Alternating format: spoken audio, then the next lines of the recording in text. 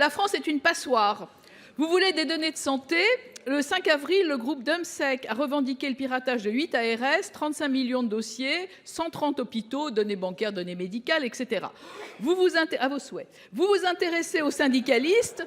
Le 1er avril 2026, l'hacker XDEX a mis en vente 161 343 profils de syndicalistes, données de bancaires, données personnelles, etc. Vous cherchez des documents techniques et des contrats financiers dans le secteur aéronautique. Le 6 avril 2026, le groupe Akira revendique le vol de 42 gigaoctets de données internes d'une société avec tous les éléments qu'il faut. Le système d'information des armes a été piraté, avec un suivi de 62 511 armes, le piratage de la Fédération française de tir. Et Monsieur le Président, ces gens ne respectent rien, puisqu'ils ont évidemment piraté la Fédération française de chasse. C'est un enfer. Ah bah oui. C'est un enfer pour les victimes. C'est un enfer. Un peu de flatterie ne nuit pas. Alors, c'est un enfer pour les victimes, un paradis pour la criminalité organisée.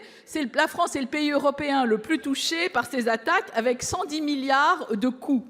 Le CRT France a publié ce matin un rapport qui précise qu'une attaque cyber peut rester invisible pendant 15 jours. Quelles mesures le gouvernement compte-t-il prendre pour nous protéger de cette criminalité et lutter contre l'utilisation frauduleuse de nos données?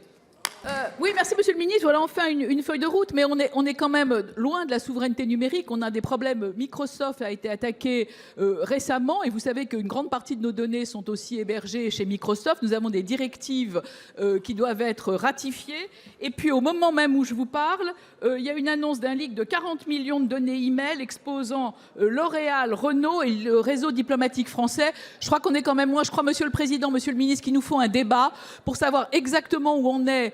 Notre soumission à Microsoft, notre capacité de souveraineté numérique, et il nous faut un débat urgent avant le début du projet de loi de finances, car il nous faut des argents. Et je voudrais aussi saluer le travail de nos cybergendarmes. Je vous remercie.